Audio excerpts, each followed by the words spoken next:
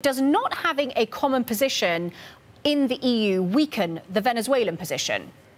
Hey, Nara. Well, this was a situation. The EU was supposed to come out, as you say, with a joint statement regarding Venezuela. This is a question that they have tiptoed around at times, but it was really unable to do that because the Italian government blocked the language. They vetoed the document. And in the end, what you had was a number of member states who came out and said, we now recognize the opposition as the president of Venezuela and we disavow Nicolas Maduro. In terms of the opposition in Venezuela, this probably honestly does mean good news for them, because you had Germany, you had France, you had Spain, which came out and very publicly, very vocally supported him. But it does show that when it comes to the European Union, certain foreign policy is still an issue. And if you were to look at potential sanctions, then again, you could get a situation where it's very difficult for the 28 member states to agree on what to do.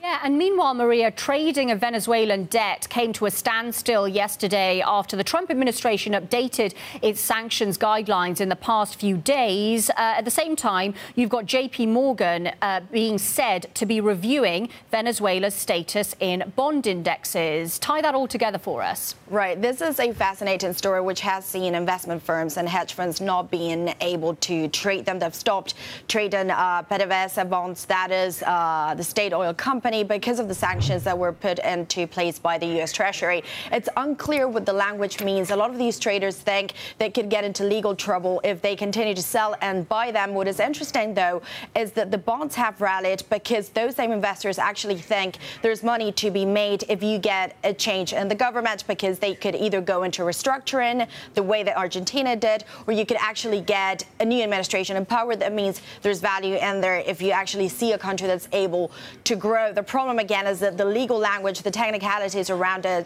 are very unclear. And it does seem, according to some analysts, that the U.S. Treasury Department wants to keep it that way to stop the cash flow into the government.